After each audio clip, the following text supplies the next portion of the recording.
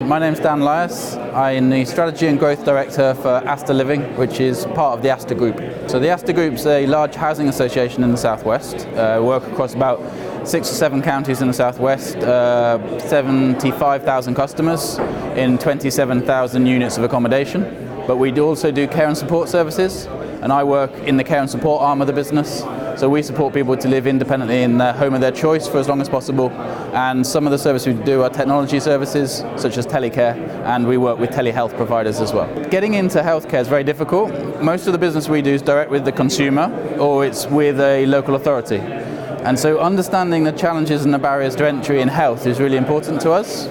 So this, looking at it from the perspective of today, where there was technology companies going, how do we get into health, helps us, because although we understand it a bit more maybe, we've still got a lot to learn. But it's really the fact that health is so diverse, so fragmented, you don't quite know who's buying, and you might get into a good relationship with one organisation, but then it's a different county, it's a different set of people, then there's a crisis, there's a different pressure.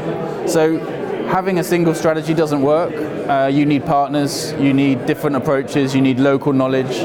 So you've got to have networks, which is today is very useful for that. I think the wearables, so some of the M-Health stuff that's coming through with vital signs monitoring with patches, the fact that you can do that at home without having to go into hospital, it goes through Bluetooth, it gets remotely monitored, and then you can just be texted almost and say, look, we'd like to see you, and then do a video conference. Anything that stops the need to go into hospital, because most people that go into hospital kind of are at risk of taking some sort of step back, whether it's even emotionally, not health-wise. So, yeah. More about how we can make a success in this space without relying on health commissioners. So that involves, I think, getting to the end consumer, the patient or the customer, and getting them to want a change and want a new service and demand it. Because when we demand things as consumers, the market listens, and in healthcare that needs to happen, or else we kind of just get what clinicians or doctors want, and they're trained in a certain way of thinking, which is more medical, and it's